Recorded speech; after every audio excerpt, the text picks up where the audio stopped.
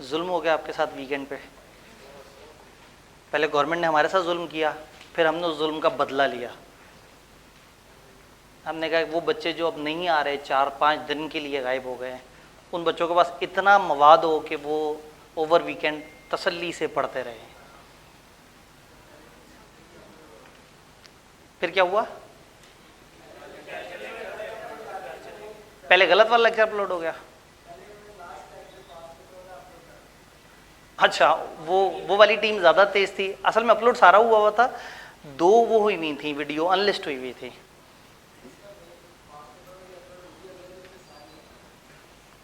ओहो, असल में चूंकि ये इसमें पैटर्न ये था कि एक जगह से पास पेपर वाली वीडियो अपलोड होनी थी, एक जगह से कुछ और। लेकिन जब भी हम इस तरह के टाइम में जब यूट्यूब पे चीज़ डाल के देते हैं तो हम उसको अनलिस्ट कर देते हैं और उसका लिंक शेयर कर रहे होते हैं। तो हुआ ये कि वो अनलिस्ट ही रह गई। वो पब्लिकली असूलन तो आप लोगों का तो 1 हफ्ते का वैसे ही ट्रायल चल रहा था, तो वो तो पब्लिकली जानी चाहिए थी। तो ये चीज़ जैसे ही पता लगा तो उन वीडियोस को दोबारा से पब्लिक किया, लेकिन पास पेपर आपके पास पहले आ गए और आपने देख के कहा ये क्या हो रहा है, और जो ओरिजिनल वीडियो है वो बाद में आई। तो खैर बाद में फिर आपको कितने दिन पहले वीडियोस मिल गई? 1 दिन बाद। भाई ने रिवायत में बयान किया है कि मंडे को, संडे को वीडियोस मिली। ना करें, संडे को, तो सैटरडे को वो हो चुकी हुई थी पब्लिक।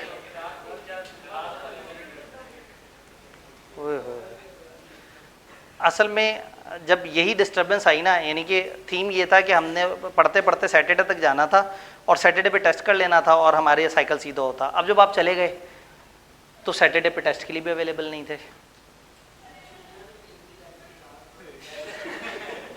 ये बड़ा मज़ेदार काम था। असल में हमारे मंडे को भी टेस्ट हो रहा था, तो हमने गिने कितने दिन हैं, जुमेरात, जुम्मा, हफ्ता, इतवार, 4 दिन। असल में पोस्ट एक बड़े जोश से शुरू हुआ और 2 दिन बाद अचानक से जो है ना वो गवर्नमेंट ने जो है ना डरा दिया। उन्होंने कहा जी कॉलेज बंद नहीं किया तो हम बंद करा देंगे आके। तो वो उस दिन भी आपसे जब लास्ट डिस्कशन हुई थी वो यही थी कि अभी तक काफ़ी अनसर्टेनिटी है, वो कुछ जगह पे क्लोज हो गया था, फिर आहिस्ता आहिस्ता सारे कॉलेजेस के पैगाम आने शुरू हो गए कि उसके भी बंद हो गया 4 दिन के लिए, इस तरह से करके।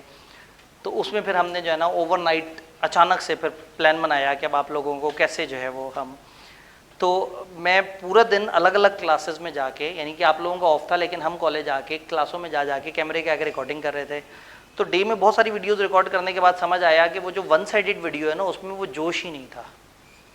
वो होता है ना सामने लोगों को देख के आग लगा देंगे और हाँ भाई आप बताओ इस तरह से करके। तो फिर सोचा ये कि पोस्ट रिजल्ट वाले जो है वो अभी अभी इतने जोश में इकट्ठे हुए हैं, ऊपर से अगर मैं कहूँ जी 4 दिन तक हम कुछ नहीं पढ़ेंगे और अब दोबारा मंडे ट्यूसडे से चीज़ों को रिज्यूम करते हैं, तो ये तो बिल्कुल अपनी एनर्जी लेके जो है ना वो बिल्कुल साइड पे हो जाएंगे। तो वो एनर्जी भी बरकरार रहे और वीडियो भी ऐसी हो जो 2 वे हो।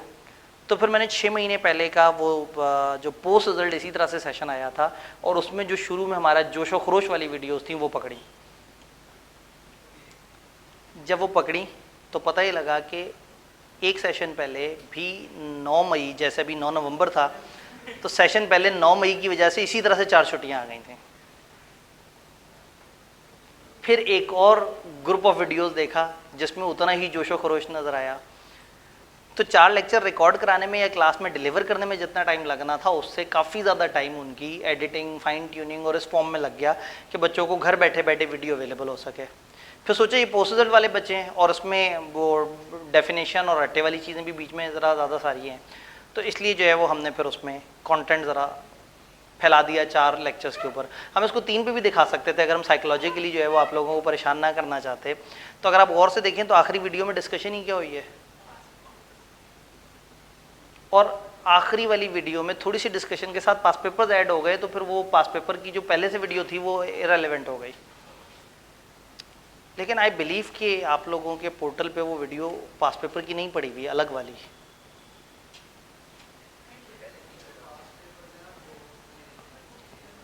हाँ, हफ्ते को जो पोर्टल है उसके ऊपर 4 लेक्चर मौजूद थे और पास पेपर की अलग से वीडियो नहीं थी, क्योंकि चौथे लेक्चर का पार्ट था पास पेपर की डिस्कशन। तो चौथा वाज नॉट एक एडिशनल थिंग, चौथे में थोड़ी सी डिस्कशन के बाद पास पेपर पे डिस्कशन थी और बड़ी अच्छी डिस्कशन थी। तो फिर मैंने कहा कि जब हम लोग इकट्ठे होंगे 3-4 दिन बाद, फिर ये सोचा कि मंडे को पढ़ना शुरू करते हैं, टेस्ट नहीं रखते। फिर ये सोचा कि कुछ लोग अचानक से आके कहेंगे सर वो सैटरडे को मुझे वीडियोस मिली थी, मुझे तो सैटरडे को दोपहर में पता लगा था, मैं तो पढ़ नहीं सका, और इस तरह से करके। तो जो बहुत अच्छे बच्चे हैं जो तैयार करके आए हों वो मंडे को टेस्ट दे दें, और जो ना पहुंच पाए हों उनको मंडे को एहसास हो कि आज टेस्ट है, कोई बात नहीं, मेरे पास मौका आ गया, मैं क्लास से दोबारा से मिल भी सकता हूँ। तो इसलिए फिर एक दिन को इस तरह से ऐड कर लिया कि उसमें चीज़ें होती रहे। जिस वक्त आपकी क्लास मंडे को टेस्ट हो रहा था उस वक्त मैं आसपास ही कहीं फिर रहा था, लेकिन मैं आपकी क्लास में नहीं आ रहा था। आप तो घर पे थे, मैं फ्राइडे सैटरडे संडे हम इधर ही थे, हम लोगों ने कहाँ जाना है। तो छुट्टियाँ आप लोगों को हुई थी, फिजिकल छुट्टियाँ। प्रॉब्लम जो प्रॉब्लम हुआ है ना असल में, पोर्टल पे तो वीडियोस टाइम पे अवेलेबल हो गई थी, यूट्यूब पे ये अनलिस्ट वाला मसला बना है। तो जो पोर्टल से पढ़ रहे थे, जो रजिस्टर्ड थे, वो तो ये शिकायत कर ही नहीं सकते, क्योंकि जुमेरात को पहला इस तरह से मामला था ना, जुमेरात रात 2:30 बजे के करीब मैंने वीडियोस अपलोड कर दी थी पोर्टल के ऊपर। ज़्यादा से ज़्यादा उसकी शेयरिंग में कोई मसला आया हो तो चंद आवर्स का मसला आया होगा उसकी पब्लिक अवेलेबिलिटी। जो पोर्टल से पढ़ रहा था, क्या वो गवाही देगा कि जुम्मे या हफ्ते को वीडियो सारी मौजूद थी? हफ्ते को, और जुम्मे को मैंने देखा नहीं। आपने जुम्मे को देखा था? हाँ, जुम्मे को नहीं देखा और हफ्ते को अचानक से बहुत सारी वीडियोस नज़र आ गई। तो जुम्मे को नहीं देखा, इसका मतलब है जुम्मे को मतलब एग्जिस्टेंस थी, बस उसको जाके नहीं देख सके थे। हाँ, तो वो मैंने एग्जैक्टली इन्होंने कहा जुमेरात वाला दिन हमारा ज़ाया हुआ है। जुमेरात को एक वीडियो आ चुकी थी, नहीं, जुमेरात को एक यहाँ की कैमरा रिकॉर्डेड वीडियो। अच्छा, आप लोगों की पोस्ट रिजल्ट है। हाँ, वो प्री में एक कैमरा रिकॉर्डेड थी, आप लोगों में मतलब प्री में तो एक बनाई थी और एक इस तरह से अवेलेबल की थी। आपकी तो 3-4 मैंने ही अवेलेबल की थी। हाँ, मैंने जुमेरात को रात में अवेलेबल की है। जुमेरात का दिन आपका ज़ाया हो गया। फिर जुम्मा, हफ्ता, इतवार, पीर और मंगल में शाम तक का टाइम अन्य हुआ टाइम था। तो मंडे को इसीलिए फिर टेस्ट पे जो है ना, वो बीच में सोचा कि टेस्ट को इग्नोर कर देते हैं, नहीं करते, लेकिन मंडे के टेस्ट ने हमें बचाना था। वो सारे बच्चे जो कि थोड़ा सा पीछे रह गए हैं वो क्लास से वापस आके मिल सकते थे। जो क्लास के साथ चल रहे हैं वो टेस्ट दे देते, और जो क्लास से पीछे चल रहे थे वो क्लास के साथ आ मिलते। तो पास पेपर वाली वीडियो आपको जुमेरात को नज़र आई होगी और फिर जुम्मे को गायब हो गई होगी, क्योंकि जुमेरात को रात मैंने ही पोर्टल से वो वाली वीडियो डिलीट कर दी थी और ये 4 वीडियोस डालती थी। लेकिन मेरी रात और आप लोगों की रात में फ़र्क है। रात से मुराद है मैंने रात 2:30 बजे ये एक्टिविटी की थी। तो मैं यहाँ बैठा हुआ था वीडियोस की एडिटिंग पे, जिस वक्त आप लोग घरों में ख्वाब खरगोश के मज़े ले रहे थे। तो फिर अगले दिन आप लोगों का काम शुरू हुआ, तो आपने कहा इतनी वीडियोस कौन इकट्ठी देखता है। तो हम तो पोस्ट की क्लास नहीं शुरू की थी, जोश वाली। ये अब देखें ना, ये एक ऐसी चीज़ है जो हमारे कंट्रोल में नहीं है। हमारे कंट्रोल में क्या था कि हम पोर्टल पे आपको वीडियोस दे देते। आपके कंट्रोल में क्या था? आप पोर्टल से वीडियोस तैयार करते। हमारे कंट्रोल में क्या था? हम टेस्ट अनाउंस कर देते। आपके कंट्रोल में क्या था? आप टेस्ट दे देते। हमारे कंट्रोल में क्या है? आपको फेल कर देते। आपके कंट्रोल में क्या है? अपनी गलतियों से सीख के मूव ऑन करते। तो ये एक मंडे के दिन का गैप इसलिए किया कि वो वाली कन्फ्यूजन या उस वजह से जो लोगों को अवेलेबिलिटी वगैरह का मसला आया हो। प्रॉब्लम आया था यूट्यूब पे अवेलेबिलिटी। मैं अपनी तरफ से बड़े फ़ख्र से यूट्यूब पे भी अपलोड कर दी अनलिस्ट करके, और उसके लिंक टीम वालों को दे दिए। लेकिन समझ ही आया कि टीम वाले भी अपने ही ग्रुप में उन्हीं बच्चों को शेयर करेंगे ना जो रजिस्टर्ड है। जो अभी तक रजिस्टर नहीं हो पाए और वो उस डिस्टर्बेंस की वजह से रजिस्टर भी नहीं हो पा रहे, उन लोगों का प्रॉब्लम आया। तो उनकी यूट्यूब पे जो अवेलेबिलिटी है वो सैटरडे पे जाके हुई। सैटरडे की नाइट को जाके जो है ना वो वीडियोस अवेलेबल हुई। तो यस, वो लोग जो अनरजिस्टर्ड थे वहाँ पे जो है ना थोड़ा सा वो प्रॉब्लम आया कि उनसे हम लोग थोड़ा सा देरी के फासले पे आ गए। तो सैटरडे की नाइट के बाद आपके पास सिर्फ संडे और मंडे 2 दिन थे तो एक दिन में 2 वीडियोस आराम से आपने फिर डिवाइड करके देखी। काफ़ी हद तक स्ट्रेट फॉरवर्ड बातें थी चीज़ें, और वही बात है कि हम इसको रोक के आगे लेके चलते और फिर दोबारा से अगले हफ्ते फिर चैप्टर 1 को रगड़ना शुरू कर देते, तो वो कोई मज़ेदारी वाली बात ना होती। स्टिल मसला ही कोई नहीं, दामन वक्त में गुंजाइश तो है ही। हम लोगों की क्लास 6:45 पे ख़त्म होती है, अभी 5:45 हुए हैं। काम करते हैं जल्दी से रिकैप ही कर लेते हैं।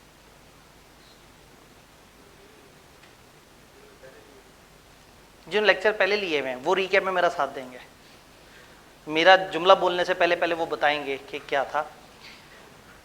चैप्टर 1 के अगर हम हिस्से करने की कोशिश करें, चैप्टर 1 सबसे पहले स्टार्ट होता है कंपनी और पार्टनरशिप वगैरह के जो डिफरेंसेस हैं, वो फीचर्स हम लोगों ने डिस्कस कर लिए थे। फिर उससे आगे हम चले तो हमने कंपनी की डेफिनेशन देखी, बॉडी कॉर्पोरेट की डेफिनेशन देखी और उसके साथ फॉरेन कंपनी की डेफिनेशन देखी, एक सेट बन गया। इस दिन भी गौर से देखें तो हमने को बहुत ज़्यादा नहीं पढ़ा था, बस कंपनी का स्ट्रक्चर देखने की कोशिश की थी। यहाँ से तेज़ी से थोड़ा सा आगे चलना शुरू करते हैं। हमने पढ़ा कि एक कंपनी होती है और एक बॉडी कॉर्पोरेट होती है। कंपनी वो चीज़ है which is formed and registered under companies act और कंपनी लॉ। तो कंपनी लॉ से हमारी मुराद थी वो 3, और ज़रूरत पड़ने पे कंपनीज एक्ट भी कभी कभी उसमें शामिल होता है। बॉडी कॉर्पोरेट में 3 चीज़ें शामिल करनी थी और 2 चीज़ें शामिल नहीं करनी थी। मुल्क से बाहर की कंपनियां, पाकिस्तान की कंपनी लॉ वाली कंपनी, पाकिस्तान की किसी और लॉ की वो चीज़ जिसको वो लॉ कंपनी कहता है, बॉडी कॉर्पोरेट कहता है, वो 3 शामिल करने थे। 2 एक्सक्लूड क्या करने थे, कोऑपरेटिव सोसाइटी माइनस कर देना था, और वो जिसको रेलेवेंट मिनिस्टर ने नोटिफिकेशन दे दी है। ये कहानी ख़त्म हो गई। फिर हम गए थे फॉरेन कंपनी की तरफ। फॉरेन कंपनी वो है जो इनकॉर्पोरेटेड आउटसाइड पाकिस्तान है और पाकिस्तान में किसी ब्रांच ऑफिस या किसी ऐसे तरीके से जो उन्होंने प्रेस्क्राइब की है मौजूद है। एजेंट के थ्रू भी कर सकते हैं, खुद भी कर सकते हैं, फिजिकल भी कर सकते हैं, वर्चुअल भी कर सकते हैं। ये फॉरेन कंपनी थी। फिर इसको साइड पे करने के बाद हमने कंपनियों की कैटेगरीज देखी। हमने कहा कंपनियों को बाय पब्लिक इन्वॉल्वमेंट हम 2 कैटेगरीज में डिवाइड करेंगे। हमारा एक एक्चुअल फिजिकल लेक्चर हुआ था, हमने कहा था एक प्राइवेट होती है और एक पब्लिक। पब्लिक वो होती है which is not a private company. Private वो होती है जिसमें आर्टिकल्स नामी डॉक्यूमेंट में 3 रिस्ट्रिक्शंस लगा देते हैं। 50 से ज़्यादा मेंबर्स नहीं होंगे, शेयर ट्रांसफ़र नहीं करेंगे, और पब्लिक को इनवाइट नहीं करेंगे आओ हमारे शेयर डिबेंचर्स वगैरह खरीदो। जिसमें तीनों की तीनों रिस्ट्रिक्शंस हैं वो प्राइवेट कंपनी थी, और जिसमें ये रिस्ट्रिक्शन नहीं है वो पब्लिक कंपनी। प्राइवेट कंपनी की एक स्पेशल किस्म पड़ी थी एसएमसी, सिंगल मेंबर कंपनी। एक बंदा होता है, सारी की सारे शेयर्स उसके पास होते हैं। तो ये पब्लिक और प्राइवेट है। पब्लिक कंपनी की 2 कैटेगरीज थी, लिस्टेड और अनलिस्टेड। लिस्टेड वो है जो स्टॉक एक्सचेंज पे रजिस्टर है, और अनलिस्टेड स्टॉक एक्सचेंज पे नहीं है। फिर हम पलटे और हमने कहा लाइबिलिटी के हिसाब से भी कंपनियों की 3 किस्में हैं, limited by shares, limited by guarantee, unlimited company. जो लिमिटेड बाय शेयर है इसमें कंपनी के मेंबर्स की लाइबिलिटी होती है अप टू द अमाउंट जितनी उन्होंने अनपे की हुई है। यानी हमने कहा था कि इसमें लाइबिलिटी मेंबर्स की नहीं होती, लेकिन अगर किसी ने उधार की है तो उसकी लाइबिलिटी होगी। गारंटी लिमिटेड में हमने क्या पढ़ा था, जितनी गारंटी अमाउंट होगी उतने लाइबल होंगे। और अनलिमिटेड में हमने कहा था जिसमें अनलिमिटेड होती है, यानी कि लिमिटेड नहीं होती, मेंबर्स पूरी अमाउंट के लिए लाइबल है। गारंटी लिमिटेड कंपनी में शेयर कैपिटल हो भी सकता और नहीं भी हो सकता। अगर शेयर कैपिटल भी हुआ तो अनपेड शेयर प्लस गारंटी, और अगर नहीं हुआ तो खाली गारंटी। यहाँ तक बातें क्लियर है? ठीक है।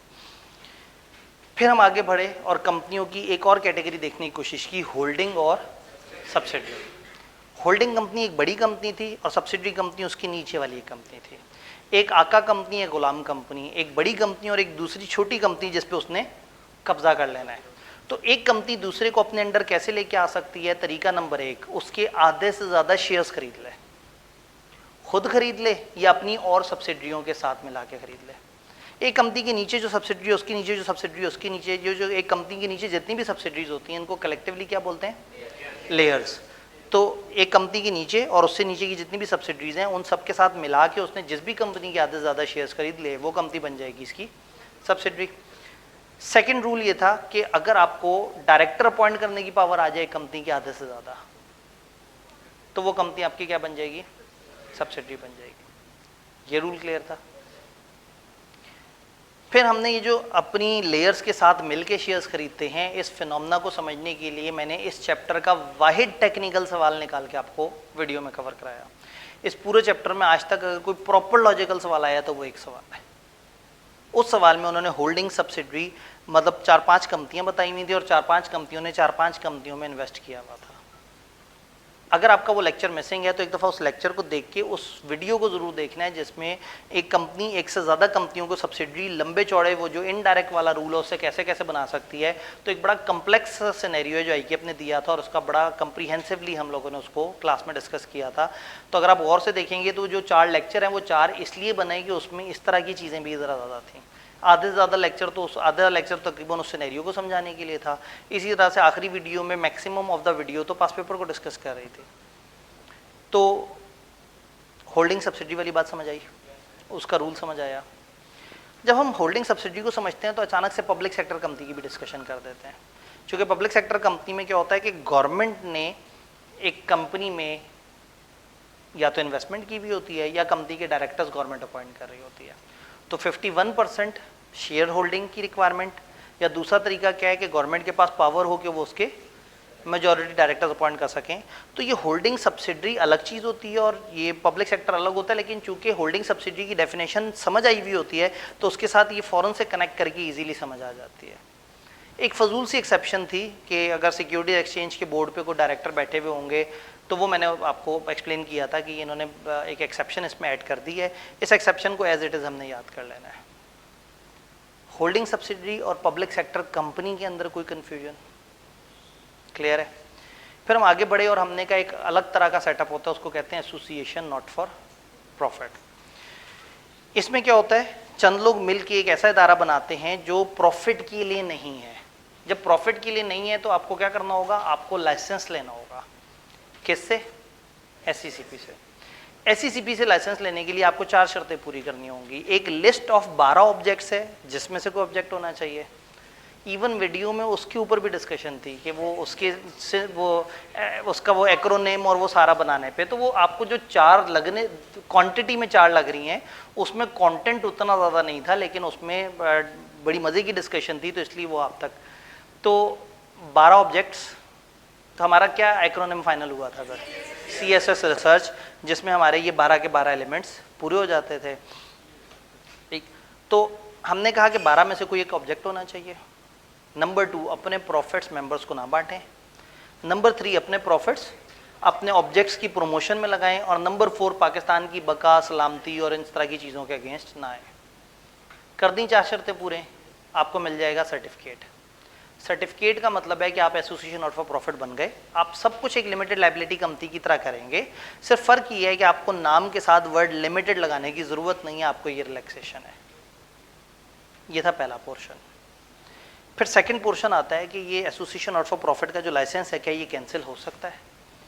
तो हम कहते हैं हाँ जी, ये एक लंबी चौड़ी सी लिस्ट ऑफ सर्कमस्टांसेस है, इनमें से अगर कोई मसला हो गया तो लाइसेंस कैंसिल हो सकता है। वो लिस्ट है, उस लिस्ट में हमने चीज़ें देखी, वो लिस्ट आप लोगों ने देखी और आपने ये समझ लिया कि सीलो में क्रैमिंग थोड़ी सी ज़रा ज़्यादा है। इस तरह की लिस्ट वहाँ कहाँ देखी थी बीलो में? ठीक है, यहाँ तो ऑब्जेक्ट्स बताते बताते 12 ऑब्जेक्ट्स बता देते हैं। ठीक है, तो वहाँ आपको मुश्किल से किसी जगह पे 6 या 7 चीज़ों की लिस्ट नज़र आ जाती थी, बहुत बड़ी लिस्ट अगर होती थी। तो सीलो में क्रैमिंग काफ़ी ज़्यादा है। तो आपने लिस्ट देखी कि वो कंडीशन जिनको फुलफिल ना करें तो कंपनी जो है उसका लाइसेंस कैंसिल हो सकता है। हो गया जी, आपको अपॉर्चुनिटी ऑफ बीइंग हर्ड दी, नई बात पूरी हुई, उन्होंने कह दिया जी आपका लाइसेंस कैंसिल। अब क्या होगा? डोनेशन लेना बंद कर देंगे, लिमिटेड के वर्ड नाम में दोबारा से ऐड कर देंगे, अपने सारे नेट एसेट्स उठा के अपनी जैसी आइडियली किसी और कंपनी को ट्रांसफ़र कर देंगे। ठीक है, अब यहाँ पे फिर दिनों का एक वो पूरा मंत्र है जो याद रखना है कि 90 दिन कब हैं और 14 दिन कब हैं और 30 दिन कब हैं और इतने दिन कब हैं। तो सीलो में ये वाली चीज़ डेज के हिसाब से, तो आपने 90 डेज़ के अंदर अंदर क्या किया, अपने एसेट्स उठा के ट्रांसफ़र कर दिए। ट्रांसफ़र करने के बाद आपने फिर बताना है रजिस्ट्रार को, कितने दिनों में? 15 दिनों में रजिस्ट्रार को आपने बताना है कि जी ये हम लोगों ने ये इस तरह से कर लिया है और ये अब हमारी जो वो है कंपनी उसने अपनी तरह अपनी ऑब्लिगेशंस अदा कर दी हैं। वो आपसे कहेगा अच्छा ठीक है जी, मैं एक्नॉलेज करता हूँ, मैंने रिसीव कर लिया, चलो भाई अब अगला काम शुरू करो। जब वो कह दे फिर 30 दिनों में आप 2 में से किसी ऑप्शन की तरफ जाएंगे। एक ऑप्शन ये है कि भाई हम वॉलंटरी वाइंडिंग अप करेंगे, हम अपनी कंपनी को खुद बंद करेंगे, और एक ये है कि आप कहें हमारे पास एसेट्स वगैरह भी कुछ नहीं है, हमारी कंपनी तो बंद होने को तैयार खड़ी हुई है, आप सिंपली हमारा नाम स्ट्राइक ऑफ कर दो, तो या स्ट्राइक ऑफ करने की एप्लीकेशन दे देंगे या वॉलंटरी वाइंडिंग अप की तरफ चले जाएंगे। इन दोनों पे जो खर्चा लगेगा, ये खर्चा हमने होल्ड किया हुआ होगा उस वक्त जब हमें नेट एसेट्स ट्रांसफर कर रहे थे, तो उस वक्त हमने वो खर्चा होल्ड कर लिया था। तो ये सारा कुछ है एसोसिएशन नॉट फॉर प्रॉफिट। और उसके साथ बाद में क्या होता है, कोई सवाल, कोई कंफ्यूजन, क्या बात समझ आ रही है? एसोसिएशन नॉट फॉर प्रॉफिट पढ़ने के बाद हमने दो इदारों का इंट्रोडक्शन देखा, एसईसीपी और रजिस्ट्रार। एसईसीपी कौन है? Securities and exchange commission of Pakistan, इसको कमीशन भी बोलते हैं और एसईसीपी भी बोलते हैं। जोनल ऑफिस और हेड ऑफिस, हेड ऑफिस कहाँ है? इस्लामाबाद में। जोनल ऑफिस को याद करने के दो तरीके थे, एक ये था कि 5 सूबाई दारुल हुकूमत और उसके साथ 3 शहर, और दूसरा था पीएसएल की टीम प्लस 2 शहर। जिन्होंने वीडियो देखी है वो वहाँ तक पहुँचे होंगे। तो पीएसएल प्लस 2 शहर जो है ना वो आसान है, फैसलाबाद सक्खर ऐड कर दिए और पीएसएल की 6 टीम्स वो कर दें। एसईसीपी के पास पावर्स कितनी है? बहुत सारी पावर्स हैं। आपको याद होगा वीडियो में मैंने बड़ा चहक चहक के अपने हाथों से एडिटिंग की है ना, तो मुझे तो इस वक्त जो है ना, तो चहक चहक के बार बार बताया है कि लॉ ने बहुत सारी पावर दी हैं, फिर कंपनीज एक्ट ने भी बड़ी सारी पावर दी हैं, फिर एसईसीपी के लॉ ने भी बड़ी सारी पावर दी हैं। तो एसईसीपी के पास पावर्स ही पावर्स हैं। किन कंपनियों को डील करता है? एक लिस्ट ऑफ कंपनीज हैं, नॉर्मल कंपनियां कंपनीज एक्ट वाली, इंश्योरेंस की कंपनियां, बैंकिंग कंपनियां, नॉन बैंकिंग फाइनेंस कंपनियां, मुतारबा। तो एक लिस्ट ऑफ कंपनीज है जिनको एसईसीपी डील करता है, रेगुलेट करता है। एसईसीपी समझ आया? फिर आया था रजिस्ट्रार, और रजिस्ट्रार में हमें चाहिए थे 6 नाम। आपको याद होगा वीडियो में लेक्चर के दौरान ही, अब अगेन वही बात है कि वो मैं बार बार सोच रहा था कि ये मतलब इस तरह से हम यहाँ इस क्लास में भी इतने जोशो खरोश से कर रहे होते, लेकिन अगर आप लोगों को कुछ काम ना मिलता तो आप लोग वाकई बड़े ठंडे हो जाते। तो इसलिए जो है ना वो आप तक 4 लेक्चर, आपको 4 लेक्चर देख के दुख हुआ, 4 लेक्चर पहुँचाने के लिए हम जो रात तक बैठ के उसकी एडिटिंग कर रहे थे, तो वो हमसे पूछें, मतलब 4 लेक्चर डिलीवर करना कम टाइम की एक्टिविटी थी, उसकी एडिटिंग ज़्यादा टाइम की एक्टिविटी थी। तो 6 नाम जिस पे मैंने लेक्चर के बीच में अचानक लोगों से पूछना शुरू कर दिया, ऐसे जैसे बताएं 6 नाम। Registrar, additional registrar, additional joint registrar, joint registrar, deputy registrar, assistant registrar और any other person performing the duties under this act. 6 कौन से नाम हैं? Registrar, additional registrar, joint registrar, additional joint registrar, deputy registrar, assistant registrar और any person. तो इसका मतलब है कि ये बड़ा मज़ेदार हो रहा। किबला आप ये 6 नाम बता सकेंगे? Registrar, joint, additional joint, deputy. हाँ, अब एक गुम हो जाएगा। आप दरमियान में ना वो मंत्रा छोड़ दिया बीच में ना, अच्छा भला जो है ना सारे गा माँ तक पहुँचे और आगे जो है ना आपने वो आगे का एक वो सुर मिस कर दिया। दोबारा से शुरू कर लेते हैं। Registrar, additional joint, additional joint, deputy और असिस्टेंट। ठीक हो गया। तो वो हमने कहा था कि ये जो एडिशनल और जॉइंट है ये समझें इजाफी टाइप का है, और असिस्टेंट और डिप्टी ज़रा नीचे वाला है। तो एक रजिस्ट्रार हो गया, फिर उसके साथ वाला जॉइंट हो गया, एडिशनल हो गया, फिर दोनों को जोड़ के एडिशनल जॉइंट कर दिया, और फिर जो 2 छोटे रैंक के हैं डिप्टी और असिस्टेंट रजिस्ट्रार। क्या मेन काम था? कंपनियों के डेटाबेस अपने पास रखता था, रिकॉर्ड्स वगैरह अपने पास रखता था, और किसी भी किस्म का कोई भी कंपनियों की जो भी मामला है कंपनियां ऐसे रब्ता करती हैं। एक लाइन है मॉर्गेज एंड चार्जेस, जिसको हमने होल्ड कर लिया था कि ये चीज़ें हमने आगे जाके पढ़नी है। तो रजिस्ट्रार कंपनियों के डिफरेंट तरह के रिकॉर्ड्स अपने पास रख रहा होता है, और ये चाहे तो कंपनियों पर छापे भी मार सकता है और कंपनियों के रिकॉर्ड जब्त भी कर सकता है। क्या यहाँ तक बात क्लियर है? जी। नॉन बैंकिंग फाइनेंस कंपनी क्या होती है? ऑल्दो हमारे सिलेबस में इसकी जानकारी नहीं है, मैं समझाऊंगा, लेकिन दिल पे नहीं लेना। कुछ ऐसी कंपनियां हैं जो काम करती हैं बैंकों जैसे, लेकिन वो एज अ बैंक रजिस्टर होना नहीं चाहते। फॉर एग्जांपल लीजिंग का काम है, लीजिंग का काम नॉर्मली बैंक करता है, लेकिन गवर्नमेंट ने इजाज़त दी हुई है कि कोई भी और कंपनी लीजिंग का काम कर सकती है जो बैंक ना हो। अब चूंकि लीजिंग वगैरह इस तरह के काम है जिसमें पब्लिक का पैसा इन्वॉल्व है, तो इसलिए जो बैंकिंग कंपनी है उनको स्टेट बैंक ऑफ पाकिस्तान बड़े अच्छे तरीके से रेगुलेट करता है। तो ये कंपनियां जो फाइनेंस का काम करना चाहती हैं लेकिन वो बैंक नहीं बनना चाहते, तो वो एक अलग स्टेटस में जाके रजिस्टर होते हैं। सेक्शन 282A है कंपनीज ऑर्डिनेंस का, पुराना जो मरा हुआ है उसका, सिलेबस में नहीं है। उस खास स्ट्रक्चर के तहत ये कंपनी रजिस्टर कराते हैं जिसका नाम होता है नॉन बैंकिंग फाइनेंस कंपनी। है फाइनेंस कंपनी लेकिन बैंकिंग नहीं है। तो एसईसीपी पे डायरेक्टली इनको देखते हैं, इनको स्टेट बैंक ऑफ पाकिस्तान नहीं देखता। जो बैंकिंग कंपनी है उनको एसईसीपी भी देखता है और स्टेट बैंक ऑफ पाकिस्तान भी देखता है। जी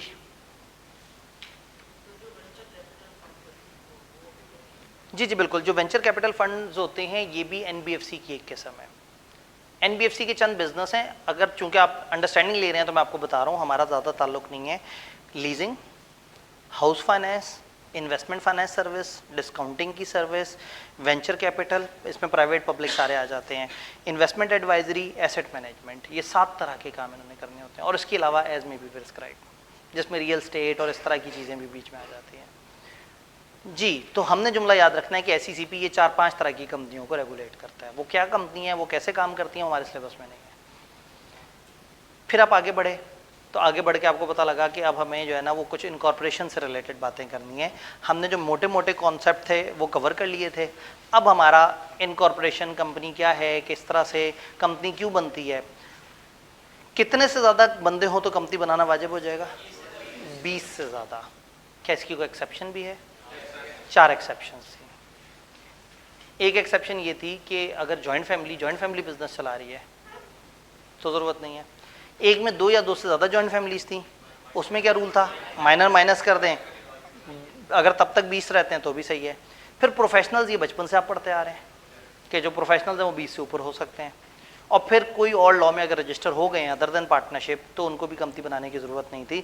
तो ये सेक्शन और सेक्शन की 4 एक्सेप्शंस आप लोगों ने देखी, क्लियर। फिर इसी तरह से मिनिमम नंबर ऑफ मेंबर्स पे 2 सेक्शन थे। एक ये कि रजिस्टर कितने से होगा और एक ये कि दरमियान में मिनिमम से गिर जाएंगे तो क्या होगा। रजिस्टर होने के पीछे उन्होंने कहा था कि जी अगर एक प्राइवेट कंपनी है अदर देन एसएमसी वो 2 बंदों से रजिस्टर होगी, एसएमसी 1 बंदे से रजिस्टर होगी और बाकी पब्लिक कंपनियां 3 बंदों से रजिस्टर होंगी। एसएमसी ये जो प्राइवेट है और पब्लिक है इसके नंबर ऑफ मेंबर कम भी हों तो कम से कम कोई ना कोई इंसान तो होगा, लेकिन एसएमसी 1 से नीचे तो 0 होता है। तो एसएमसी का जो मेन सिंगल मेंबर है उसको एक नॉमिनेशन जमा करानी होगी कि अगर मेरी डेथ हो जाए तो मेरी कंपनी को मेरे लीगल वर्सा तक ट्रांसफ़र करने तक ये बंदा आके कंपनी का चार्ज संभाल लेगा। सिलेबस में नहीं है लेकिन वो ब्लड रिलेटिव होना चाहिए।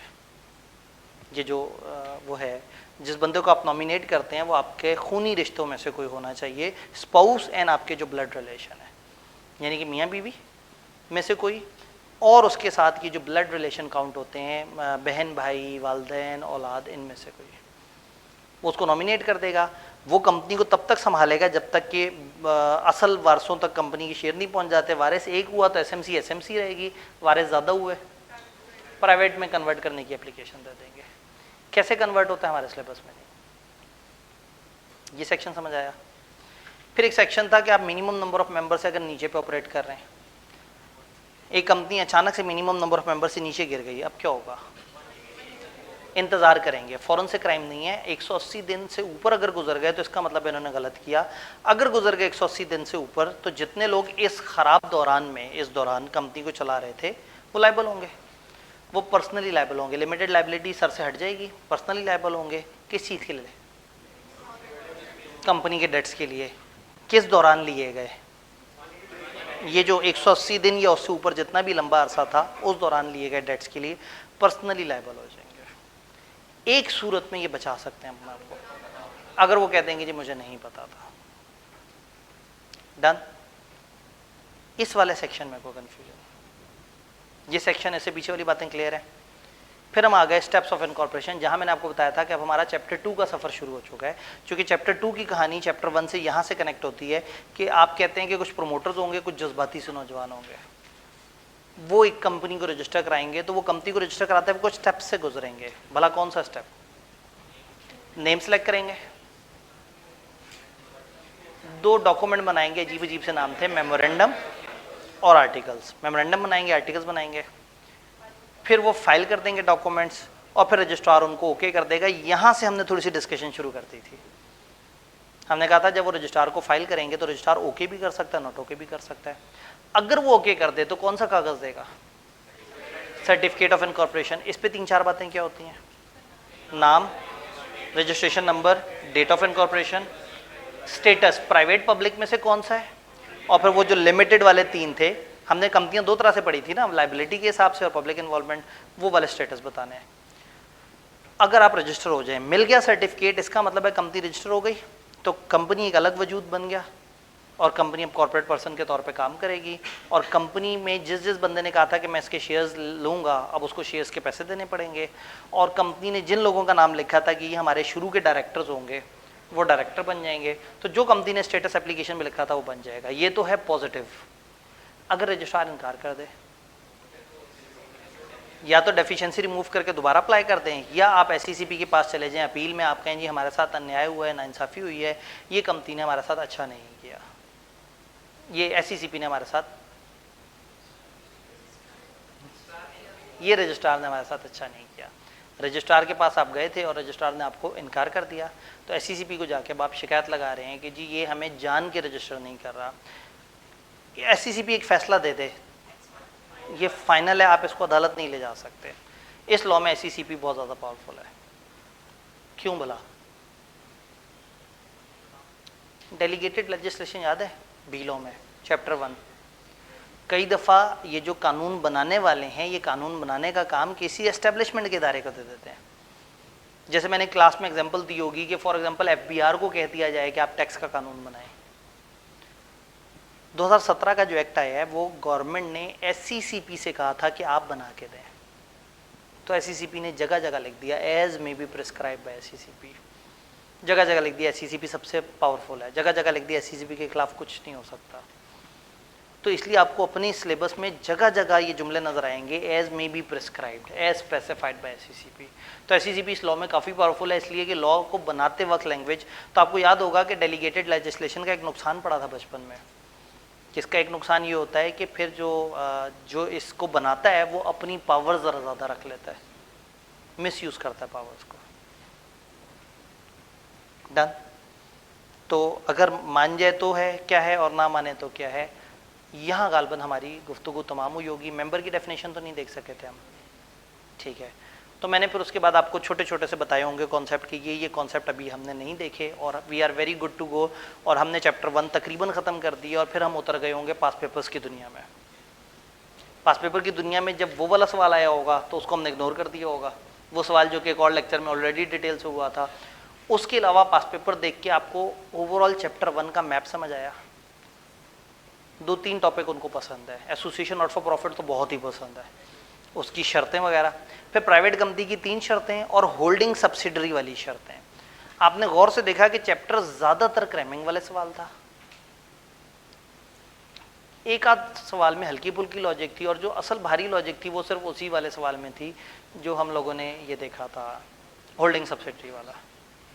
कंप्लीट चैप्टर 1 में किसी भाई किसी बहन का कोई सवाल जितना हमने पढ़ा है, बीच बीच में से कुछ चीज़ें अभी हमने नहीं पढ़ी। फॉर एग्जांपल हमने ऑर्डिनरी और स्पेशल रेजोल्यूशन नहीं पढ़ी, हमने वोटिंग पावर नहीं पढ़ी, हमने मेंबर की डेफिनेशन नहीं पढ़ी। तो बीच बीच में से कुछ ऐसी चीज़ें हैं जो हमने अभी नहीं पढ़ी हुई, जो अब हम आगे इंशाल्लाह पढ़ते चले जाएंगे। कोई सवाल?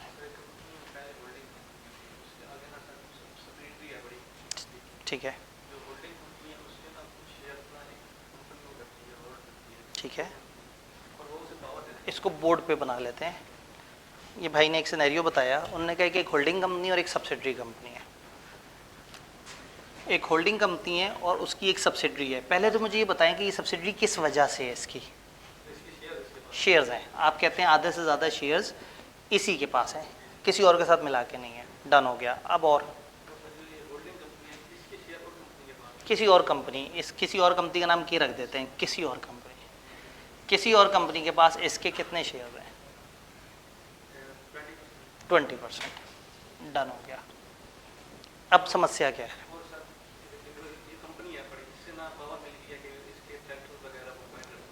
इस कंपनी ने 20% यहाँ पे अपॉइंट किए हुए और इसको इस कंपनी पे डायरेक्टर अपॉइंट करने की पावर मिल गई। लें जी, इसके पास डायरेक्टर अपॉइंट करने की पावर आ गई। डायरेक्टर अपॉइंट करने की पावर का मतलब ये है कि ये अब आपकी सब्सिडरी बन चुकी है, ये होल्डिंग बन गई और डायरेक्टर अपॉइंट करने की वजह से ये आपकी सब्सिडरी बन गई। और इस सब्सिडरी की एक और सब्सिडरी भी थी, तो आपकी सब्सिडरी की सब्सिडरी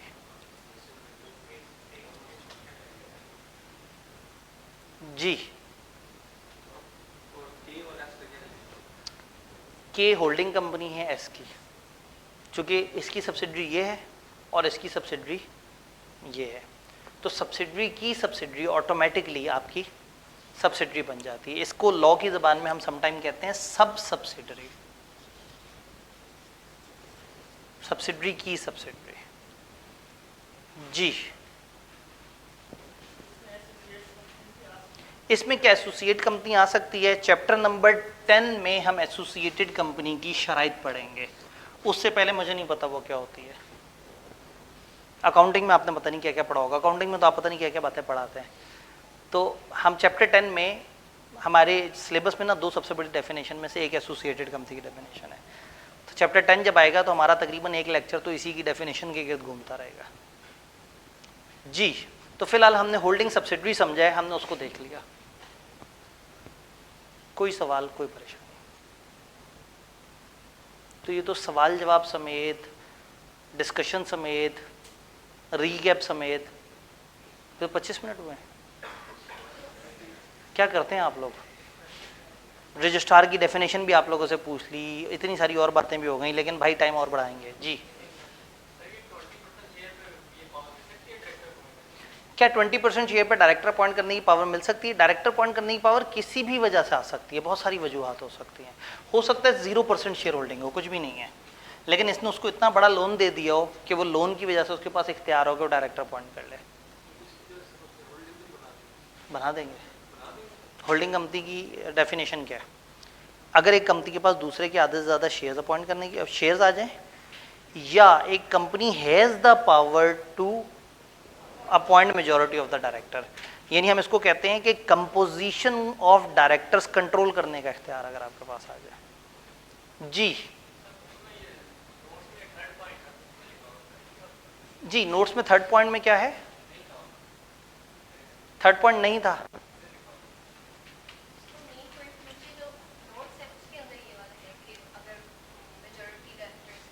हाँ, असल में उस जुमले को समझाया है, यानी उस नोट ने उस जुमले को समझाया है कि अगर एक कंपनी के पास दूसरी कंपनी की डायरेक्टर्स की कंपोजिशन, बोर्ड की कंपोजिशन कंट्रोल करने का इख्तियार आ जाए।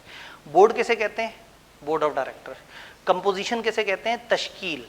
तो अगर एक बोर्ड में फॉर एग्जांपल 11 मेंबर्स हैं, तो मैं कहूँगा ये बोर्ड की कंपोजिशन ऐसी है कि इसमें 11 लोग हैं, तो इस कंपोजिशन को कौन कंट्रोल कर सकता है? कम से कम 6 जिसके हाथ में हो, 6 बंदे जिसके कंट्रोल में है, हम कहेंगे वो कंपोजिशन को कंट्रोल कर रहा है। तो नीचे फिर नोट ने कंपोजिशन कंट्रोल करने का जो जुमला है उसको समझाया है कि इसका क्या मतलब है, कि कंपोजिशन कैसे कंट्रोल होती है जब आपके पास मेजॉरिटी डायरेक्टर्स को अपॉइंट या रिमूव करने का इख्तियार आ जाए जी। चैप्टर 1 जितना हमने पढ़ा उसमें कोई सवाल, कोई कंफ्यूजन? अगर इवन नंबर हो तो फिर हम मेजॉरिटी नहीं कंट्रोल कर सकेंगे अगर आधा हमारे पास हो, यानी अगर इवन नंबर है 12 तो 6 से मेजॉरिटी नहीं आएगी, आपको कम से कम 7 करने पड़ेंगे जी। कंप्लीट चैप्टर 1 में जितना हमने पढ़ा, कुछ चीज़ें हमने स्किप की, कोई सवाल?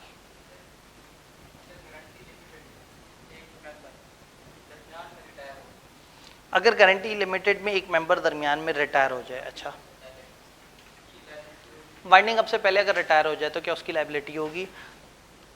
अभी नहीं, हम वाइंडिंग अप के चैप्टर में जाके पढ़ेंगे कि वाइंडिंग अप के वक्त ना आप पिछले 1 साल के बंदों को भी ज़रूरत पड़ने पे पकड़ सकते हैं।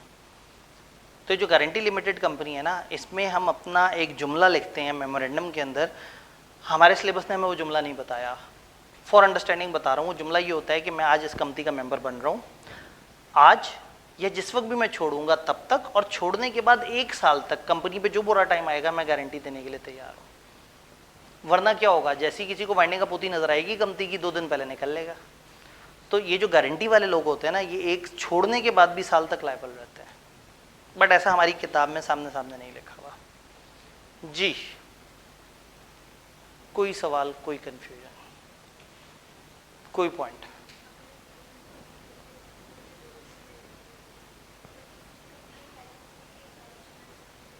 जी, अगर एक कंपनी दूसरी कंपनी के डायरेक्टर्स को कंट्रोल कर रही है और वो कंपनी पलट कर ए जो है वो बी के डायरेक्टर्स को कंट्रोल कर रही है, तो बी बन गई सब्सिडरी और ए बन गई होल्डिंग। सवाल ये है कि अगर बी पलट के इसके आधे से ज्यादा शेयर्स खरीद ले, बी कोई भी एक्शन कैसे लेगी? जो डायरेक्टर्स चाहेंगे, और डायरेक्टर किसके हैं? ए के। तो वो क्यों चाहेंगे कि हम अपनी ही कंपनी के शेयर्स खरीदें? फिर भी अगर वो ऐसा करना चाहें तो सेक्शन 88, 86, 87, 88 तीन सेक्शंस हैं। 88 ने अपनी कंपनी के शेयर्स खरीदने पे पाबंदी लगाई है और इसी तरह से सब्सिडरी को मना किया है कि वो होल्डिंग के शेयर्स नहीं खरीद सकती। तो कोई कंपनी रिवर्स एक्विजिशन नहीं कर सकती। अकाउंटिंग में आप एक जुमला पढ़ेंगे, रिवर्स एक्विजिशन। उसमें क्या होता है, एक सब्सिडरी कंपनी पलट के अपनी ही होल्डिंग के शेयर्स खरीद लेती है। तो अकाउंटिंग के सवालों को उलझाने के लिए ऐसा करते हैं। कानूनी तौर पे इजाज़त नहीं है कि सब्सिडरी अपनी होल्डिंग के शेयर्स खरीदे। तो सेक्शन 86, 87, 88 कभी मूड हो तो पढ़ लीजिएगा। अल्हम्दुलिल्लाह तीनों सिलेबस में नहीं है, इतना सा सिलेबस है। ज़रा सा आप सवाल पूछते हैं, हमें सिलेबस से बाहर निकल के जवाब देना पड़ता है, फिर वापस आते हैं तो पता लगता है सिलेबस में तो ऐसा कुछ भी नहीं है। जी, ऑल क्लियर? पक्का? चलें आगे। अब एक अच्छा काम करते हैं, टेस्ट की डिस्कशन को कल पे शिफ्ट कर देते हैं ताकि आज हम थोड़ा सा फिर आगे कुछ अच्छा पढ़ सकें। और उन्होंने कहा आज ही करते हैं ताकि जो है ना पेंडिंग लेक्चर कवर कर सकें। तो वो जो है ना, ये आज अगर ये हुआ तो फिर आज का दिन भी हमारा जो है ना वो थोड़ा, देखिए ना, जो अच्छे बच्चे हैं वो ऑलरेडी बेचारे उदास हैं। जैसे आप लोगों ने कहा था कि सर जो पढ़ के आया हो उसका क्या कसूर, तो मैंने कहा चलें रिकैप में आप साथ दीजिएगा, आपका भी रिवाइज हो जाएगा। तो अब हमने पहले उन बच्चों के लिए जो थोड़ा पीछे रह गए हैं उनके लिए हमने रिकैप किया। अब वो बच्चे जो ज़रा आगे चले गए हैं थोड़ा सा उनको भी पकड़ ले आते हैं। जी नहीं तो कल ये फौत नहीं हो जाएगा टेस्ट, अभी दिमाग में ठहरा हुआ है। आपने काम करना है जल्दी से लिख लेना है अपने पास कि आपने क्या वो किया था, क्या बातें लिखी थी। इतनी जल्दी नहीं दिमाग से निकलता, इंशाल्लाह एक दिन और ठहर जाएगा। बस आपने जाना थोड़ी सी हिम्मत करनी है इंशाल्लाह ताला। ठीक है जी।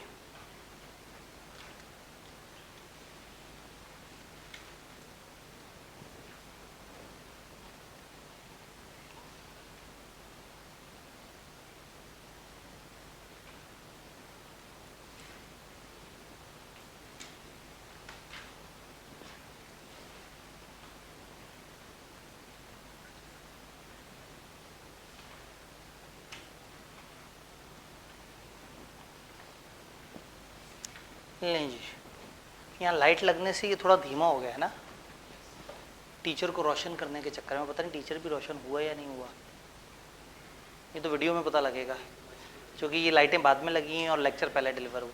कॉलेज वाले भी इजी हो गए, उन्होंने कहा हमें भी मौका मिल गया, इन्होंने भी कमरे में आके कुछ जोड़ तोड़ पता नहीं क्या क्या काम कर लिए। तो तैयार, स्टेप्स ऑफ इनकॉर्पोरेशन। हमने कहा कि आपने सूटेबल नेम सेलेक्ट करना है, मेमोरेंडम आर्टिकल बनाना है, डॉक्यूमेंट फाइल करने हैं और सर्टिफिकेट ऑफ इनकॉर्पोरेशन लेना है। इंटरेस्टिंग बात बताऊं, नेम का एक यूनिट है चैप्टर 2 में और मेमोरेंडम का एक यूनिट है और आर्टिकल का यूनिट है। ये सारे यूनिट पढ़ के जब आप फ्री होते हैं तो पता लगता है चैप्टर ही खत्म हो गया। तो टेक्निकली ये कहानी चैप्टर 2 की थी जो हम चैप्टर 1 में पढ़ रहे थे। तो कोई बात नहीं, आप कौन सा दूर चले गए, हाँ अभी पढ़ लेते हैं। सबसे पहले सबसे ज़रूरी काम ये है कि आपने नेम चूज़ करना है कंपनी का। क्यों, नेम में ऐसी क्या खास बात है?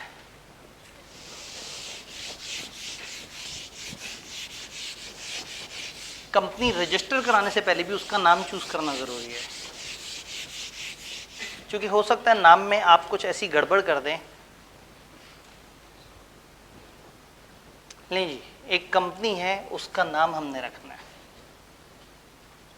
नेम में कुछ रिस्ट्रिक्टेड नेम्स हैं, कुछ नेम्स हैं जो लॉ ने मना कर दिए। अब हम क्या करने लगे, अजम्पशन ये बनाएं कि आप चंद लोग कंपनी रजिस्टर कराने लगे, तो आप लोग प्रोमोटर्स हैं और आप लोगों ने आगे चल के सब्सक्राइबर बनना है। तो ये प्रोमोटर कंपनी के डॉक्यूमेंट्स बनाने से पहले एक इंपॉर्टेंट डिसीजन लेने लगे हैं कि कंपनी का नाम क्या होना चाहिए। तो आप ऐसा नाम नहीं रख सकते जो रिस्ट्रिक्टेड है। कुछ नाम है जो लॉ ने मना कर दिए हैं। रिस्ट्रिक्टेड के अंदर भी मैं अगर बात करूं तो दो कैटेगरीज हो सकती हैं, प्रोहिबिटेड नेम्स और वो जो हम SECP से अप्रूवल लेके रख सकते हैं।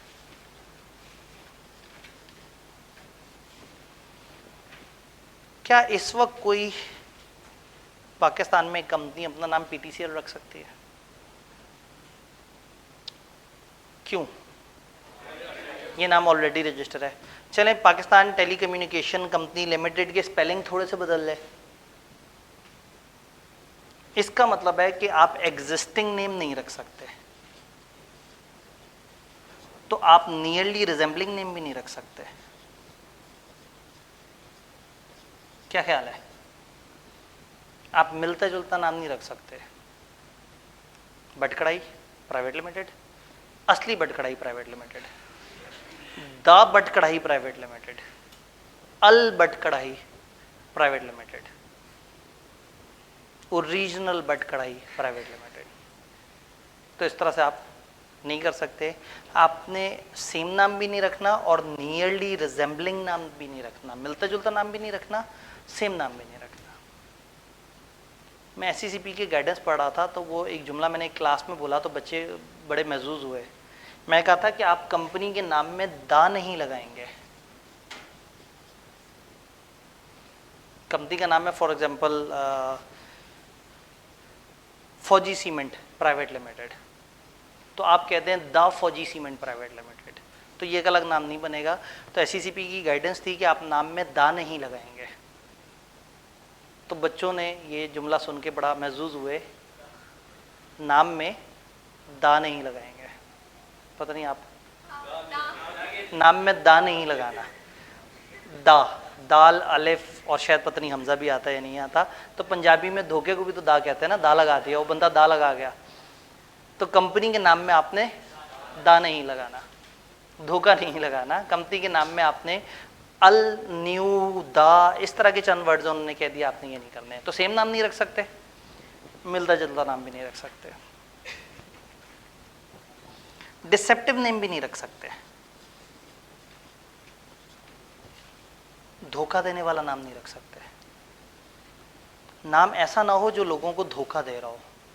नाम कब धोखा देता है? कभी सुना कि कंपनी के नाम से धोखा हो गया? भाई आप जो है वो लिबर्टी के पास से गुजर रहे थे और आपको बड़ी भूख लगी हुई थी, बल्कि मीठा खाने का बड़ा दिल कर रहा था। आपने देखा है कंपनी का नाम लिखा हुआ था बेनज़ीर कुल्फ़ा प्राइवेट लिमिटेड। आपने बेनज़ीर कुल्फ़ा प्राइवेट लिमिटेड, तो ये तो कंपनी और कुल्फ़ा बेच रही है। आप जनाब वहाँ बिल्डिंग के अंदर एंटर हो गए तो वो बुनियान बनाते थे। आपने कहा ये क्या हुआ? उन्होंने कहा जी देखे ना, बेनज़ीर कहते हैं एक ऐसी चीज़ जिसकी नज़ीर ना हो, एक ऐसा जिसकी कोई सेकंड एग्जांपल ना हो, यानी कि कमाल, ज़बरदस्त। और कुल्फ़ा सफ़ेद रंग की एक मुलायम चीज़ को कहते हैं। तो हमारे बुनियान जो है ना कुल्फ़े की तरह मुलायम है, बेहतरीन सफ़ेद रंग के हैं। तो कंपनी ने अपनी तरफ से एक तौजी पेश करके आपको बेनज़ीर कुल्फ़ा प्राइवेट लिमिटेड नाम बता दिया और आप उसके नाम की वजह से उसको एक फूड कंपनी का तस्वर कर रहे थे। चलिए ये तो स्लैंग एग्जांपल हो गई। आपको किसी ने बताया कि आजकल जो है ना स्टॉक एक्सचेंज पे अचानक से दोबारा से तेज़ी आ गई है, तो सीमेंट सेक्टर बड़ा पाकिस्तान का ग्रो कर रहा है। आप वहाँ पे गए, आपने एक कंपनी का नाम देखा अस्करी सीमेंट, आपने पैसे लगा दिए, कुछ अर्से बाद आपको लॉस हो गया। आप हैरान हुए, आपने कहा कि इस कंपनी में लॉस कैसे हो सकता है, तो सीमेंट की कंपनी है। तो बाद में पता ही लगा कि ये दो भाई हैं, फर्नीचर का इनका काम है, इनकी कंपनी का। एक भाई ज़रा तगड़ा सा मजबूत सा था तो सारे उसे प्यार से सीमेंट सीमेंट कहते थे, और जो है एक बड़ा तेज़ एक्सरसाइजेस करता था, तेज़ भागता दौड़ता था और मशकें बड़ी ज़बरदस्त करता था, तो सारे उसको अस्करी कहना शुरू हो गए। तो अस्करी सीमेंट ये दो भाई हैं जो कि फर्नीचर बनाते हैं। तो अब समझ आया धोखा कैसे कहते हैं। तो कंपनी का नाम समटाइम डिसेप्टिव होता है। उन्होंने कहा ये काम नहीं करेंगे, आपका नाम डिसेप्टिव नहीं होना चाहिए। क्लियर? नाम इनअप्रोप्रिएट नहीं होना चाहिए। इनअप्रोप्रिएट, या इसके लिए वो वर्ड इस्तेमाल करते हैं अनडिजायरेबल। अनडिजायरेबल। नाम अजीब सा नहीं होना चाहिए, ऐसा नहीं होना चाहिए जो अच्छा ना लगे। आप एक ऐसा नाम रखें जो कि उर्फ़ आम में अच्छा लफ्ज़ ना हो। आपने कोई अफ्रीकन लैंग्वेज का एक नाम रखा, पता लगा पाकिस्तान में उसका मतलब एक गाली है, अब गैर मुनासिब सा लफ्ज़ आ गया। अजीब से अल्फाज इस्तेमाल हुए हुए हों, अनडिज़ायरेबल हों, सुन के अच्छा ना लग रहा हो, इनअप्रोप्रिएट लग रहा हो, मुनासिब फीलिंग ना आ रही हो, तो अगर SECP कह दे आपका नाम मुनासिब नहीं है, और ये मुनासिब कैसे कहते हैं, जैसे SECP मुनासिब कहे, तो अगर SECP कहे आपका नाम सुन के अच्छा नहीं लगा तो आपको नाम बदलना होगा। तो इनअप्रोप्रिएट अनडिज़ायरेबल नाम नहीं रख सकते, डिसेप्टिव नाम नहीं रख सकते, करीब करीब मिलता जुलता नाम नहीं रख सकते, सेम नाम नहीं रख सकते, रिलीजियस सेंटिमेंट्स को ऑफेंड करता हुआ नाम नहीं रख सकते, रिलीजियस सेंटिमेंट्स। मजहबी नाम का मसला नहीं है, मजहबी नाम रख सकते हैं, नाम मक्का रख दें, मदीना रख दें, कोई मसला नहीं। ऐसा नाम ना हो जो किसी खास मजहब पे अटैक करता हो, किसी भी मजहब, किसी भी फिरके को तकलीफ पहुंचाता हुआ नाम। आपका नाम जिसको सुनते साथ ही लोगों को लगे कि यार ये तो मेरे मजहब पे अटैक हुआ है, मेरे फिरके पे अटैक हुआ है, तो ऐसा नाम जो लोगों की मजहबी हसासियत को जगा दे और खामखा की फिरका वारियत, खामखा के लड़ाई दंगे फसाद को जन्म दे, इस तरह का नाम उन्होंने मना किया हुआ है। कोई एग्जाम्पल, असल में इन्होंने कहा कोई एग्जाम्पल, अब एग्जाम्पल देंगे तो वो तो फिर रिलीजियस सेंटिमेंट्स को ऑफेंड कर रही होगी। चलें, again for the purpose of example, कब्रों पे जाना हराम प्राइवेट लिमिटेड। अब डायरेक्टली मतलब जो है ना, एक ग्रुप दूसरे के ऊपर जो है अटैक कर रहा है, या गौस पाक दस्तगीर प्राइवेट लिमिटेड। अब अचानक से ग्रुप वो होगा कि यार ये क्या बात कर दी, ये किस तरह से कर दिया, किस तरह से। तो ऐसे नाम जो कि दूसरों को तकलीफ दे रहे हो, दूसरों को उभार रहे हो, दूसरों को वो कर रहे हो कि देखो तुम बड़ा अपने कॉन्सेप्ट की बात करते थे, हमारा नाम जब पुकारोगे तो शिरक वाली फील आएगी, जब पुकारोगे गंदी सी फील आएगी, जब पुकारोगे तो गलत गलत सी फील आएगी। अब हर मज़हब या इवन हिंदुओं के अगेंस्ट कोई नाम हो, ईसाइयों के अगेंस्ट कोई नाम हो, कोई ऐसा नाम हो जिसमें आप उनके मजहबी अकायद का मजाक उड़ा रहे हो, कोई ऐसा नाम हो जिसमें आप उनके किसी मजहबी स्कूल ऑफ थॉट को हिट कर रहे हो, इतने सारे नाम रखे जा सकते हैं। ज़रूरी किसी की मजहब की दिल आज़ारी करनी है, किसी पे अटैक तो ज़रूरी थोड़ी है। तो ऐसा नाम जो किसी ख़ास मज़हब, फ़िरके, तबके के मजहबी जज्बात को मजरू करे। मजहबी नाम में मसला नहीं है, मज़हब पे अटैक करते हुए नाम नहीं होने चाहिए। डन। नाम में ऐसे वर्ड्स नहीं होने चाहिए जो उन्होंने मना कर दिए हैं। कुछ स्पेसिफिक वर्ड्स उन्होंने कहा हुआ है कि इस तरह के वर्ड्स इस तरह के दायरे नहीं रखेंगे। फॉर एग्जांपल बैंक, बैंक का नाम जो है वो सिवाय बैंक के और NBFC के और कोई यूज़ नहीं कर सकता। तो अगर हमारा इदारा बच्चों को बड़ी अच्छी एजुकेशन दे रहा हो तो हम ये नहीं कहेंगे बैंक ऑफ अकाउंटिंग स्टडीज़। हम बैंक नहीं यूज़ कर सकते अगर हम एक कंपनी हो। हम कंपनी नहीं है वो एक अलग बात है, लेकिन अगर आप कंपनी है तो कुछ वर्ड्स उन्होंने स्पेसिफिक कर दिए कि ये वाले वर्ड्स, ये वाली चीज़ें कंपनियों के लिए यूज़ करना मना है। जी, इन्होंने कहा फिर HBL और बैंक अल हबीब ने ऐसा क्यों किया है। एक तो वो दोनों ही बैंक हैं, तो ये वर्ड्स वाला पॉइंट तो वैलिड नहीं है। जो पॉइंट वैलिड है ना, जो आपका एतराज़ है, वो नियरली रिजेंबलिंग है, तो बैंक का वर्ड तो इस्तेमाल कर सकते हैं। बैंक अल हबीब भी बैंक है और हबीब बैंक भी बैंक है। अब हुआ क्या, ये एक फैमिली है जिस फैमिली के पास 3 बैंक है। तीसरा बैंक कौन सा है? हबीब मेट्रोपॉलिटन। जो हबीब बैंक AG ज़्यूरिख होता था, इनकॉर्पोरेटेड इन स्विट्ज़रलैंड, वो फिर जिस तरह से कन्वर्ज हुआ। तो ये एक फैमिली थी, फैमिली में आपस में लड़ाई पड़ी, फैमिली ने इस तरह से वो कर लिया, लेकिन वर्ड हबीब सबको चाहिए था। अब हबीब बैंक लिमिटेड और दूसरा भी कहे कि मेरा भी हबीब बैंक लिमिटेड, तो फिर मसला होना है। तो फिर बाकायदा उसको इस तरह से वो किया कि इसके अल्फाज बिल्कुल पलट दिए जाएं, एक हबीब बैंक लिमिटेड और एक बैंक अल हबीब लिमिटेड।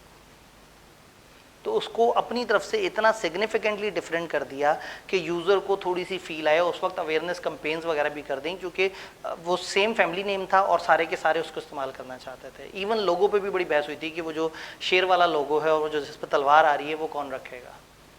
तो ये एक नॉन इशू था, जिसके बाद गवर्नमेंट ने फिर उनको प्रॉपर्ली अलाउ किया है कि आप मिलता जुलता नाम रखें, लेकिन उस नाम को इतना चेंज ज़रूर कर दिया कि वो दूसरे से काफ़ी डिफरेंट नज़र आए। तो हबीब बैंक लिमिटेड अलग बैंक है और बैंक अल हबीब जो है लिमिटेड वो एक अलग बैंक है। डन। तो सेम मिलता जुलता धोखे वाला, इनएप्रोप्रिएट, अनडिजायरेबल, रिलीजियस सेंटिमेंट्स को ऑफेंड करते हैं, और सिलेक्टेड वर्ड जो उन्होंने मना किए हैं, ये वाला नाम आप सिरे से नहीं रख सकते। फिर आती है सेकंड कैटेगरी, एससीसीपी की अप्रूवल। कुछ ऐसे नाम हैं जो मना है, लेकिन अगर एससीसीपी से अप्रूवल ले लें तो आपको इजाज़त मिल जाएगी। अगर आपके नाम में कोई पैट्रनेज हो, ये क्या लफ्ज़ है पैट्रनेज, इल्हाक, सपोर्ट, वाबस्तगी, कनेक्शन, ताल्लुक। अगर आपके नाम में कोई ताल्लुक है, कैसा ताल्लुक, गवर्नमेंट के साथ ताल्लुक, हेड ऑफ स्टेट प्रेसिडेंट के साथ ताल्लुक, पाकिस्तानी हेड ऑफ स्टेट के साथ ताल्लुक, पाकिस्तान से बाहर के बंदे से ताल्लुक, मौजूदा से ताल्लुक, गुज़िश्ता से ताल्लुक, पाकिस्तान की गवर्नमेंट से ताल्लुक, पाकिस्तान की प्रोविंशियल गवर्नमेंट से ताल्लुक, गवर्नमेंट के इदारे से ताल्लुक, गवर्नमेंट की एजेंसी से ताल्लुक, किसी महकमे से ताल्लुक, कोई भी ऐसा नाम जिसका पाकिस्तान के किसी भी तरह के इदारे से कोई कनेक्शन साबित होता है, तो ऐसा नाम मना भी नहीं है और अलाउड भी नहीं है। भाई एक शख्स है, आते हैं इस तरफ भी, एक शख्स है जिसका नाम है परवेज़ अहमद फरीद। ऐसे एक हाउसिंग सोसाइटी बनाई और उस कंपनी का नाम रख दिया PAF हाउसिंग सोसाइटी लिमिटेड। नाम क्या था इसका, परवेज़ अहमद फरीद। तो इसने अपने नाम पे हाउसिंग सोसाइटी बनाई और उसका क्या नाम रखा, PAF हाउसिंग सोसाइटी। को मसला तो नहीं है। अगर इस तरह का आप एक नाम रखेंगे जिसमें कनेक्शन फील हो रहा होगा, तो मैंने ये नहीं कहा कि वो सिरे से मना है, और मैंने ये भी नहीं कहा सिरे से अलाउड है। ये नाम सिरे से मना है, प्रोहिबिटेड, रख सकते ही नहीं। और वो नाम रख सकते हैं अगर, तो आप SCCP से इजाज़त लेंगे और SCCP रेलेवेंट महकमे से कहेगा जी इसका नाम आपके नाम से मिलता जुलता, आपको कोई मसला तो नहीं। अगर रेलेवेंट महकमा इजाज़त दे दे तो फिर आप नाम रख सकते हैं। भाई ने एक एग्जांपल दी बहरिया टाउन, एग्जैक्टली बहरिया टाउन का नाम रखने के लिए फिर बाकायदा परमिशन ली है। उस वक्त के जो एडमिरल्स थे नेवी के, उन्होंने बाकायदा उसकी इजाज़त दे दी, चूँकि उन लोगों के भी वहाँ पे कुछ प्लॉट बाद में निकल आए, मतलब वो प्लॉट वगैरह उनके वहाँ पे थे। तो हुआ ये कि फिर नई मैनेजमेंट आई, उन्होंने कहा ये बहरिया का नाम क्यों इस्तेमाल हो रहा है। उन्होंने कहा इसलिए इस्तेमाल हो रहा है कि आपके बड़ों को मना लिया गया था, उन्होंने ओके कर दिया था। उन्होंने कहा वो बड़े तो चले गए, अब हमें भी तो मनाएं। तो अचानक से केस दोबारा से आ गया कि बहरिया टाउन का नाम गलत है और ये इसके ऊपर एतराज़ है इदारे को। तो फिर उन बड़ों को भी मनाया गया, तो एतराज़ दोबारा ख़त्म हो गया। तब समझ आया कि ये इजाज़त कैसे मिलती है, ठीक है। तो मतलब कुछ बातें नहीं हो सकती ना कैमरे पे। तो पैट्रनेज का मतलब कोई ख़ास इल्हाक, वाबस्तगी, कनेक्शन। अगर आपका कोई इल्हाक, कनेक्शन, वाबस्तगी है और आप SCCP से पूछ लेते हैं और SCCP इजाज़त दे देता है, फिर ओके है। किससे, हेड ऑफ स्टेट से, पाकिस्तानी या फॉरेन, प्रेजेंट या पास्ट, गवर्नमेंट, गवर्नमेंट का इदारा, गवर्नमेंट की एजेंसी, उनकी कोई कॉरपोरेशन, कोई इंटरनेशनल गवर्नमेंट, कोई इंटरनेशनल ऑर्गेनाइजेशन जो पूरी दुनिया में मशहूर है। फॉर एग्जांपल WWF, अब खुदा के लिए वर्ल्ड रेसलिंग फेडरेशन मत कह दीजिएगा। हाँ, क्या है WWF, world wild life federation. बड़ा मशहूर किस्सा है इसका WWF के साथ, जो वर्ल्ड रेसलिंग फेडरेशन होती थी, उनको फिर अपना नाम चेंज करना पड़ा, WWE करना पड़ा, क्योंकि वर्ल्ड वाइल्ड लाइफ फेडरेशन पुराना चला आ रहा था और इंटरनेशनल इदारा था। तो फिर वो WWF के नाम से रेसलिंग होती थी, वो रेसलिंग फिर ख़त्म करके उन्होंने सोचा रेसलिंग कम होती है, ये तो एंटरटेनमेंट ड्रामे श्रामे होते हैं, तो उसका नया नाम है वर्ल्ड रेसलिंग एंटरटेनमेंट। तो WWF, world wild life federation. तो अगर आपका नाम किसी इस तरह के इदारे से कनेक्ट कर रहा है, आप SCCP से पूछ लें। अगर SCCP को कोई मसला नहीं है, SCCP क्या करेगा, वो आगे जिससे पूछे, वो हमारे सिलेबस में नहीं है, SCCP ओके कर देगा, आप नाम रख सकते हैं। अगर आपका नाम किसी लाइसेंस एक्टिविटी के साथ मिल रहा है, अगर आपके नाम में कुछ इस तरह की चीज़ है, फॉर एग्जांपल अगर एक कंपनी का नाम हो फलाना school of accountancy specially for CA students, ये नाम रखने के लिए पहले इजाज़त लेनी पड़ेगी, क्योंकि आपके नाम में शो हो रहा है कि आप एक ऐसा काम करते हैं जो लाइसेंस लिए बगैर नहीं कर सकते। हमें ICAP से लाइसेंस लेना पड़ता है, हम पैसे देते हैं, हम बहुत सारे पैसे देते हैं, हम मेंबर होने के पैसे भी देते हैं, हम RAET होने के भी पैसे देते हैं, हम हैंड्स ऑन कोर्सेज कराने के भी पैसे देते हैं। तो जब ये पैसे देते हैं तो फिर हमें लाइसेंस मिल जाता है कि यस, हम CA की एजुकेशन को ऑफिशियली पढ़ा सकते हैं। तो इसी तरह से अगर कोई लाइसेंस एक्टिविटी हो ऐसी जो बगैर इजाज़त के नहीं हो सकती, तो आप ऐसा नाम नहीं रख सकते जिस नाम से लगे कि आप तो वो वाला काम करते हैं जिसके लिए परमिशन चाहिए। तो ये लिस्ट याद रहेगी। इसमें एक छोटा सा वर्ड आएगा बीच में, मुदारबा, आपने उसको इग्नोर कर देना है, क्योंकि मुदारबा के ऊपर हमारी थोड़ी सी आगे जाके ज़रा ज़्यादा डिस्कशन होनी है। जी जी जी जी बिल्कुल, इन्होंने कहा SBI जो स्कूल ऑफ बिजनेस इंटेलिजेंस है, SBI बहुत खतरनाक नाम है। आप अगर गूगल पे सर्च करें ना तो स्टेट बैंक ऑफ इंडिया, मतलब आप कभी यूट्यूब पे जाएं, कहीं पे भी जाएं और आप SBI सर्च करते हैं तो पहले स्टेट बैंक ऑफ इंडिया की चीज़ें आना शुरू होती हैं, फिर बाद में। अब खैर यूट्यूब पे हमारा भी सेकंड रिकमेंडेशन में आ जाता है, तो मतलब स्टेट बैंक के साथ। जी अब टॉप पे आता है वो। सब्सक्राइब जब आप कर लेंगे तो फिर आपको टॉप पे नजर आएगा, तो जो अनसब्सक्राइब लोग होते हैं उसको जो है ना वो थोड़ा सा एक दो ऊपर नहीं हो जाता है। तो बिल्कुल उन्होंने सही कहा कि आपके नाम में तो वर्ड इंटेलिजेंस है, तो उसके साथ हमने एक और वर्ड जोड़ा, बिजनेस इंटेलिजेंस। तो ये कंपाउंड वर्ड होता है। स्कूल ऑफ, जैसे स्कूल ऑफ चार्टर्ड अकाउंटेंसी, तो चार्टर्ड अकाउंटेंसी कंपाउंड वर्ड है। तो ये स्कूल है किस चीज़ का? बिजनेस इंटेलिजेंस का। तो बिजनेस इंटेलिजेंस, और वो लोग तो इंटेलिजेंस कर रहे हैं, बिजनेस नहीं ना कर रहे, हम बिजनेस भी कर रहे हैं और इंटेलिजेंस भी। तो हम बिजनेस में इंटेलिजेंस वाला काम कर रहे हैं। चूंकि हम कंपनी नहीं है और हम जो पढ़ रहे हैं वो कंपनीज एक्ट है, तो हमारा दूर दूर तक उससे कोई ताल्लुक नहीं। हाँ अगर हम कंपनी बनाने जाएंगे तो हमारे नाम पे हो सकता है वो एतराज़ कर दें, हो सकता है वो कहेंगे नहीं ये इस तरह का नाम आप नहीं रख सकते। कॉलेज को एज अ कंपनी रजिस्टर नहीं कराते, कॉलेज एक यूनिट के तौर पे, एक एंटिटी के तौर पे रजिस्टर होता है, और ICAP इसकी सर्टिफिकेशन देता है। मतलब ICAP ने लाइसेंस देना होता है और हमें इजाज़त देनी होती है। उसके बाद कॉलेज का लीगल स्टेटस, चाहे सोल प्रोप्राइटर हो, चाहे पार्टनरशिप हो, चाहे कंपनी, ICAP को उससे फ़र्क नहीं पड़ता। तो कॉलेजेस प्राइवेट कंपनी या कंपनी नहीं होते, लेकिन वो लोग जो चाहते हैं कि लिमिटेड लाइबिलिटी में रहें, और वो जो चालाकियाँ जो हम लोगों ने जो पढ़ना शुरू की थी कि अचानक से छुट्टियाँ आ गई, तो वो वाली चालाकियाँ करने के लिए आप एक प्राइवेट कंपनी रजिस्टर करा सकते हैं। जी ठीक है, उन्होंने कहा जी एक आध जगह पे वो एक आध कॉलेज का नाम भी समथिंग लिमिटेड करके है। तो मतलब इस तरह से होता है कि आप सम टाइम अपने आप को कंपनी के पीछे छुपा लेते हैं। इसको हम कहते हैं वेल ऑफ इनकॉर्पोरेशन। अपने को हम नकाब चढ़ा लेते हैं कंपनी का, बड़ा सहूलत हो जाती है, लिमिटेड लाइबिलिटी, आपको कोई पकड़ नहीं पाता। आप कहते हैं जो किया है कंपनी ने किया है, कंपनी को पकड़ो। ये ऐसे ही है कि आप कहें सर वो मैंने इंस्टॉलमेंट वो नहीं जमा कराई थी, कॉलेज ने मुझे ऐसे कर दिया हुआ है, मैं कहूँगा जाओ कॉलेज को पकड़ो। आप कहेंगे सर कॉलेज कौन है, मैं कहूँगा वो तो सेपरेट लीगल एंटिटी है। तो वो फिर सेपरेट लीगल एंटिटी में ये बहुत सारे फ़ायदे हो जाते हैं। क्या ये दोनों तरह की रिस्ट्रिक्शन समझ आई? फ़र्ज़ करें हमने नाम रख लिया, नाम उन्हें पसंद भी आ गया और नाम हम यूज़ भी कर रहे हैं। जब आपने नाम यूज़ करना है तो नाम की पब्लिशिंग से रिलेटेड कुछ रूल्स होते हैं।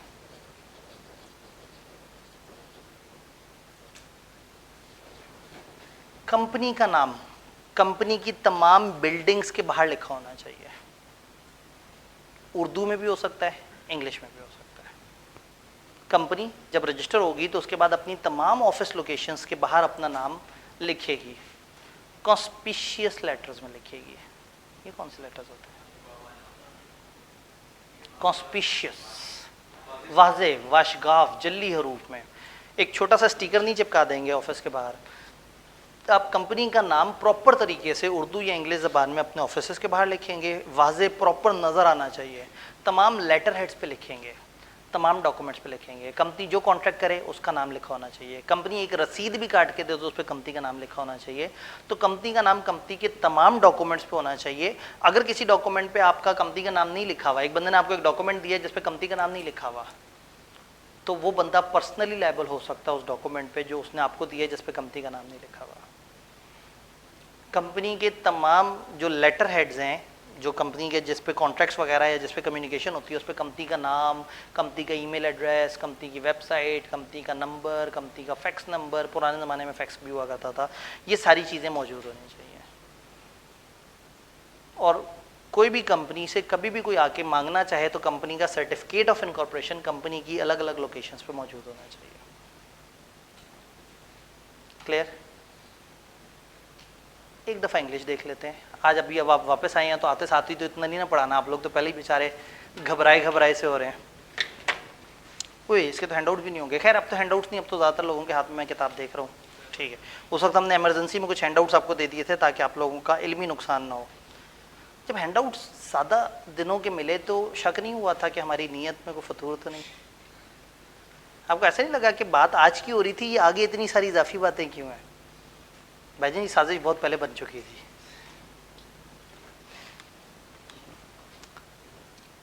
Restriction on name, prohibited names.